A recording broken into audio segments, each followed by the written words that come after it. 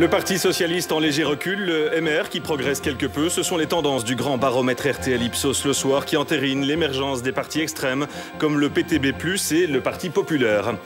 La politique pour Anne Delvaux, c'est fini. Elle se sent trahie par le président du CDH depuis qu'elle a perdu la tête de liste à l'Europe. Le projet de loi qui étend la possibilité d'euthanasie aux mineurs d'âge a été voté au Parlement. Nous y retrouvons Chantal Monet en direct. Faute de moyens, la sécurité du citoyen est menacée. C'est le cri d'alarme lancé par la direction de la police fédérale aux autorités politiques. Dans le journal, on s'intéresse aux cours d'autodéfense dispensés gratuitement aux personnes du 3e âge afin de contrer une éventuelle agression.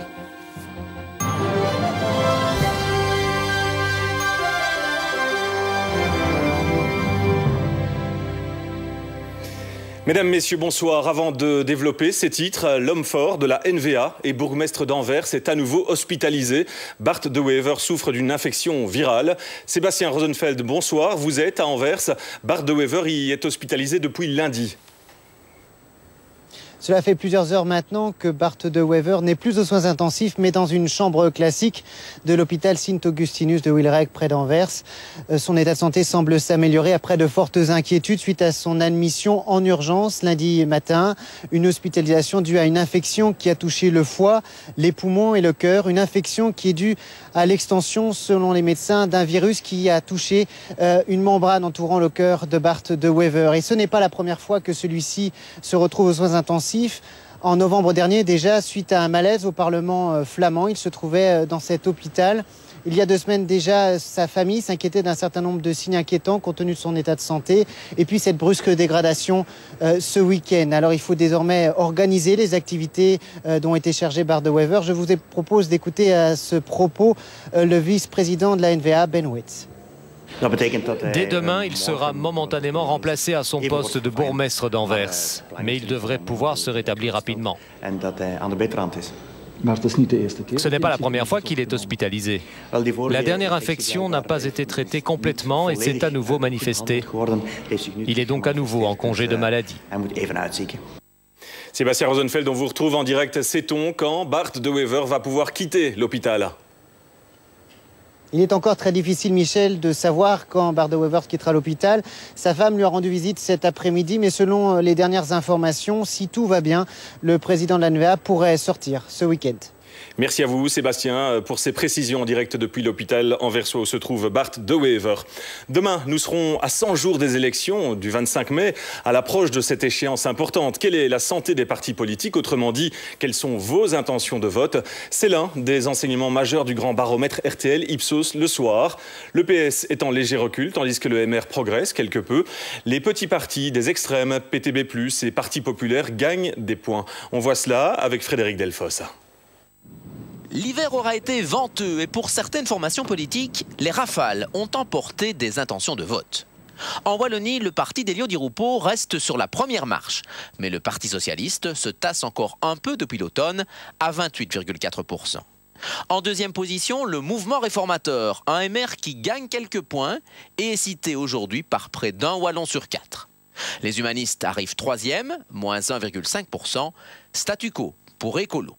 Mais le grand enseignement de ce sondage, le voici, la montée des plus petites formations. Le PTB, par exemple, à 6,7% et qui pourrait faire son entrée au Parlement fédéral. Même constat à l'opposé de l'échiquier politique avec le Parti populaire qui affiche un 5,6%. Voici la courbe du Parti socialiste en Wallonie depuis les dernières élections fédérales. Une chute qui approche les 10%, alors que celle des libéraux est stable. À Bruxelles, même si le Parti socialiste conserve la première place, 21,2%, cela se joue dans un mouchoir avec le MR. La stratégie bruxelloise de Didier Reynders, très exposée ces derniers jours, lui rapporte 1,3%. Avec la moitié des intentions de vote, le CDH retrouve la 3e place. L'effet sans doute de la décision de Joël Milquet de se présenter à la région bruxelloise. Par contre, à égalité avec Écolo, le FDF recule. Moins 2,8%, le parti d'Olivier Minguin paye sans doute le départ de Damien Thierry au MR. Une région bruxelloise où le PTB marque aussi des points et se rapproche avec 6,8% des 5 formations politiques traditionnelles devant tous les partis flamands de la capitale. Comment expliquer l'émergence du PTB+ et du Parti populaire? On en parle ce soir avec notre invité, le politologue Pascal Delhuide. Bonsoir Pascal. Doit-on parler de vote protestataire? Bonsoir. Pour partir un vote protestataire, il faut bien observer qu'on est dans un cadre singulier dans le spectre francophone, puisque si vous prenez les 4 grands partis traditionnels, ils sont tous au moins un échelon ou l'autre membres d'une coalition gouvernementale. Et donc, classiquement, dans une élection, et certainement à l'entame d'une campagne électorale, il y a une volonté soit de protestation, soit de contestation d'un certain nombre de choix de politique publique. Et on peut imaginer que ces 2 partis bénéficient de cet effet-là pour l'instant. Merci à vous, Pascal, pour cet éclairage. Voyons maintenant les intentions de vote au nord du pays. Frédéric Delfosse, bonsoir. Bonsoir. La NVA caracole toujours en tête au nord. Ouais, ce n'est pas une surprise, Michel. Regardez tout de suite le score du parti de Bart De Wever. Plus de 32%, avec un léger mieux depuis l'automne dernier, notre précédent baromètre. Très loin, loin devant le CDNV, qui espère, dit-il, faire 20% lors des prochaines élections. Donc il faudra qu'il gagne encore un petit peu. Et même si tous les partis traditionnels gagnent un peu de points. Regardez, les libéraux flamands, plus 1%, c'est aussi un statu quo. Mais en tout cas, on ne perd plus du côté des socialistes flamands. Alors on a l'habitude, lors de ce sondage, de rassembler ces 3 partis qui forment et qui soutiennent la majorité d'Elio Di Rupo. Et vous allez le voir, il rassemblerait, si on votait le week-end prochain, 45% des intentions. Ce n'est pas encore une majorité en Flandre pour se passer de la NVA, notamment en Flandre. On va voir, si vous le voulez bien, la courbe de la NVA depuis les dernières élections fédérales de juin 2010. Vous voyez cette courbe toujours très importante avec le premier poursuivant qui est le CDNV et la NVA qui reste inévitablement au-delà des 30%. Il reste 100 jours, tout juste, aux hommes politiques du Nord et du Sud pour inverser les tendances. Merci à vous, Frédéric. Autre grande question de notre baromètre. Qui souhaitez-vous voir occuper le 16 rue de la Loi au lendemain du 25 mai? Réponse en haut du podium. Elio Di Rupo, l'actuel Premier ministre. C'est ce que pensent 34% des sondés, 54% du côté francophone, mais seulement 19% au nord du pays. 22% des sondés verraient bien Maggie De Blok en tant que Première ministre, score relativement partagé au nord comme au sud. Et puis à cette question, Bart De Wever récolte lui 20% d'opinion favorable, mais à peine 4% côté francophone. Du côté wallon et bruxellois, des surprises dans le sondage. En Wallonie, l'actuel ministre-président Rudy Demotte se maintient et devance largement Jean-Claude Marcourt. À Bruxelles, Didier Reynders arrive en tête, loin devant l'actuel ministre-président bruxellois Rudy Verwoerd. Détails et réactions avec Sébastien Prophète, Martin Bilterreis, Benjamin Van Kelst et Denis Strel. Aujourd'hui, c'est au Salon des mandataires que le gouvernement wallon se réunit. Et le ministre-président l'assure, le grand baromètre ne plombe pas l'atmosphère. Et ce matin, on a eu du boulot. On a fait ça dans la bonne ambiance, le rire, la bonne humeur. Les fantasmes sur les postes après, ça, voyons ça en juin ou quand on a un raccord de gouvernement. Mais la première chose à faire, c'est d'abord de terminer cette législature et ensuite que le PS soit incontournable. Certains le disaient hors du coup, mais Rudy Demotte décroche la première place des Wallons, devant Charles Michel, Benoît Lutgen et très loin devant celui que l'on présente comme son rival, qui arrive en 7e position. On sait que vous êtes candidat à la ministre-présidence en Wallonie. Vous dites cela. Moi, je suis candidat à ce que mon parti gagne les élections. Après, je dirais, c'est du roman et nous verrons comment les choses se passent. Vous n'êtes donc pas hors du coup comme certains le prétendaient ? Non, pas du tout, au contraire, très motivé et enthousiaste. Lui aussi veut poursuivre à la tête de sa région. Problème, le sondage ne lui est pas favorable. Rudy Verwoerd remplace Charles Piquet à la ministre-présidence bruxelloise, mais il arrive en 6e position. Le numéro 1, c'est Didier Reynders. Ça fait évidemment plaisir de voir l'accueil que me réservent les Bruxelloises, les Bruxellois à travers ces différentes enquêtes d'opinion, parce que j'essaie de porter un projet sur Bruxelles. Maintenant, je l'ai traduit dans un livre en essayant de dire comment je vois la ville-région dans les années à venir. Les sondages sont les sondages, ce sont des instantanés. Le seul vrai sondage, en vrai, ce sera le 25 mai. Au nord du pays, l'actuel ministre-président et Bart De Wever maintiennent leur statut de leader. Derrière eux, le président du SPA, Bruno Tobak. L'autre temps fort de l'actualité politique, je vous le disais en titre, c'est le retrait de la scène politique de l'élu CDH Anne Delvaux.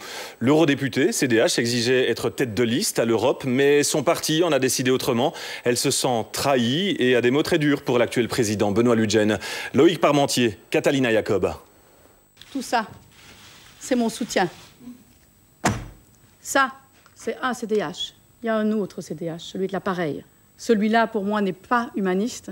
Critique extrêmement déçue, voire amère. Anne Delvaux règle ses comptes avec son parti.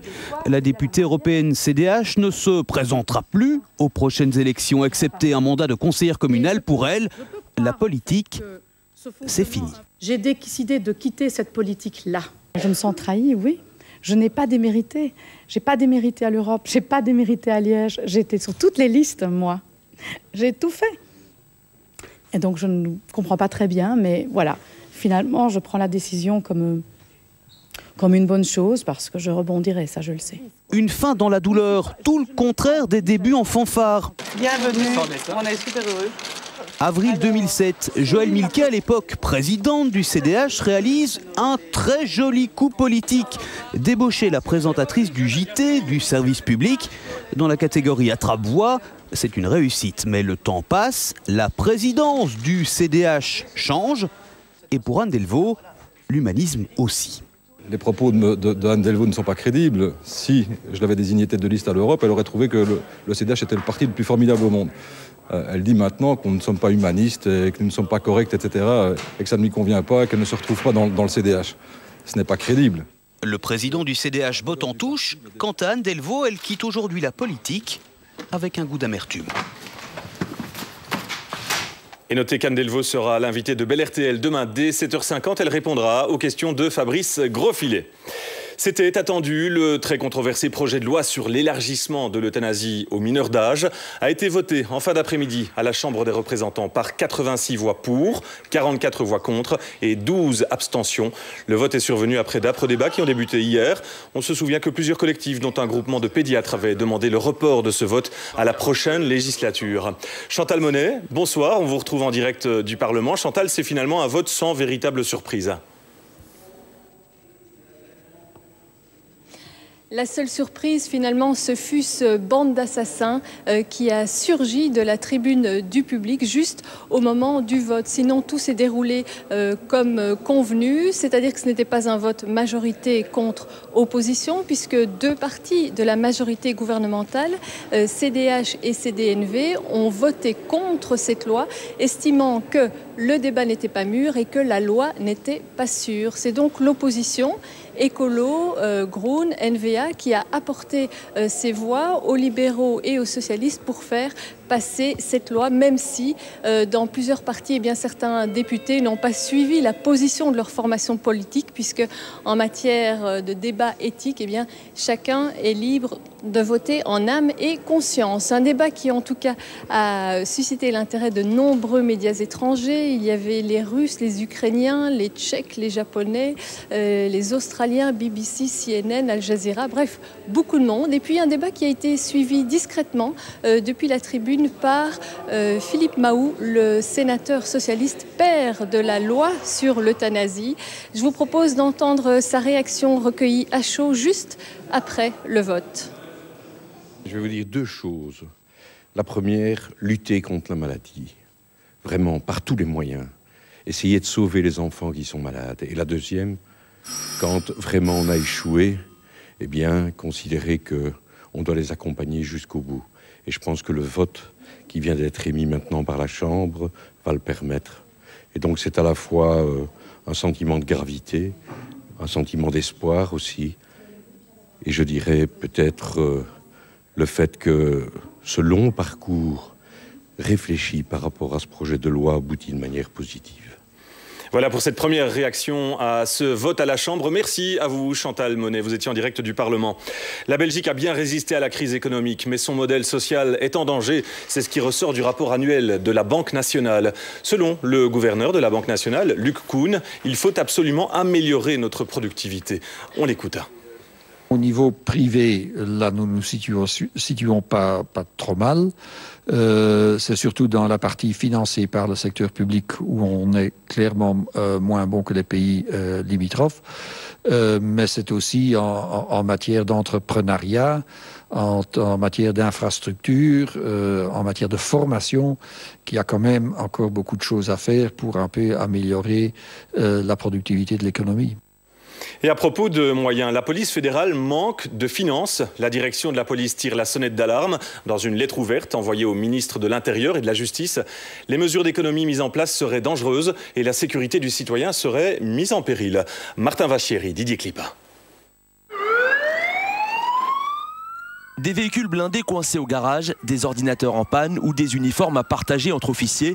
Les exemples sont multiples. La police fédérale manque cruellement de moyens. Le constat n'est pas neuf, mais cette fois c'est la commissaire générale en personne qui alerte ses ministres. Catherine Debolle précise qu'il ne s'agit pas d'une attaque contre la politique du gouvernement. Restent les faits. Sur les 160 projets d'investissement, seuls 60 ont été réalisés. Toutes les demandes d'achat ou de budget doivent passer par l'inspecteur des finances. Et c'est vrai qu'à ce niveau-là, ces derniers temps, on a quelques difficultés. Ça prolonge la procédure et donc ça retarde certains achats qui sont pourtant relativement urgents. La ministre de l'Intérieur rappelle que le renforcement des moyens de la police fait partie de ses priorités, mais qu'elle reste limitée dans son budget. Les sommes sont là, il faut simplement qu'on ait un inspecteur des finances qui accepte plus de dossiers et 2, qu'eux viennent avec des dossiers mieux ficelés plus vite. 3, si enfin l'ensemble des autres partis du gouvernement acceptent de mettre plus de moyens dans la police, je serais ravi. Justement, un manque de budget au quotidien, voilà ce qui empoisonne la vie des policiers. Ce sont les petits éléments qui constituent un tout. Et ce tout, qu'est-ce que c'est? C'est un budget qui a été raboté de 8% en 2 ans et demi. Maintenant, nous disons qu'il faut que ça cesse. Parce que bientôt, les policiers iront avec des pistolets à bouchon vers un braquage. Et ça, évidemment, ce n'est pas un service policier à la population. Malgré certains désaccords profonds, toutes les parties s'accordent sur un point, l'urgence de dégager plus de moyens pour la police.